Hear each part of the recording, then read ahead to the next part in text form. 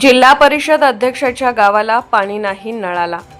दारवा तालुक्यातील रामगाव रामेश्वर हे गाव माजी जिल्हा परिषद अध्यक्ष यांचे असून त्यांच्या गावासाठी शासनाने हर घर जल म्हणजेच पाणी पुरवठा या योजनेकरिता 1.5 करोड रुपये खर्च करूनही मागील काही वर्षापासून रामगाव रामेश्वर हे गाव नळाच्या पाण्यापासून वंचित असल्याचे दिसून येत आहे।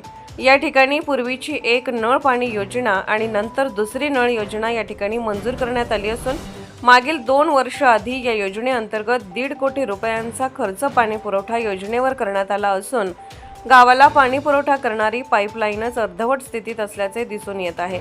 त्याचबरोबर गावामध्ये झालेली पाईपलाईन अत्यंत निकृष्ट दर्जाची असून अनेक ठिकाणी केबल टाकल्यासारखे पाईप रस्त्यावर उघडे होताना दिसून येत आहेत। अशी परिस्थिती जिल्हा परिषदेच्या अध्यक्षाच्या गावाची असून तेथील लोकांना नळाला पाणी कधी येईल ही प्रतीक्षा असून मागील काही वर्षापासून नळाच्या पाण्याची प्रतीक्षा कायम असून ही प्रतीक्षा कधी संपणार याकडे गावकऱ्यांचे लक्ष लागले आहे। Subscribe now and press the bell icon. Never miss an update.